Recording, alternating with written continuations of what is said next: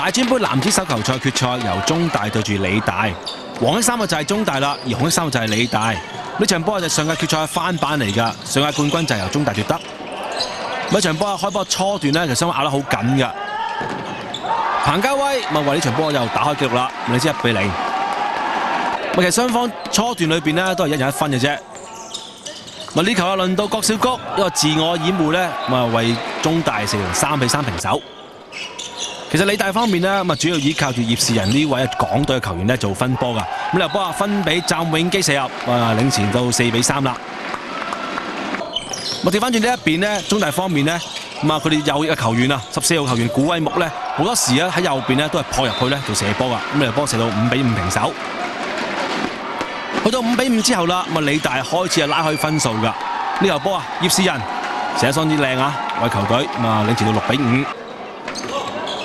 好啦，亦都見到啊，湛永基一個轉身射波，冇錯搞掂啦。一口氣啊，為理大攞到4分㗎。上半場啊，理大啊就係以19-15啊領先上半場。去到下半場嘅時候啦，雙方節奏咧同樣得咁快㗎。呢球波啦，曾慶禮救出之後啦，中大可以打翻反擊㗎。羅運達一個飛身撲入去，搞掂啦，為球隊下半場打開紀錄，落後緊16-19。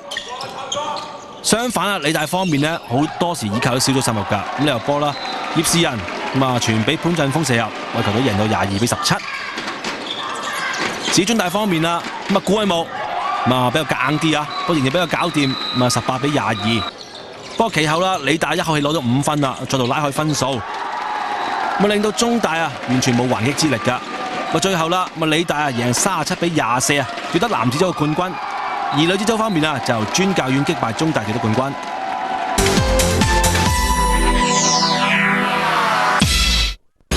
2008北京奧運會，距離而家仲有509日。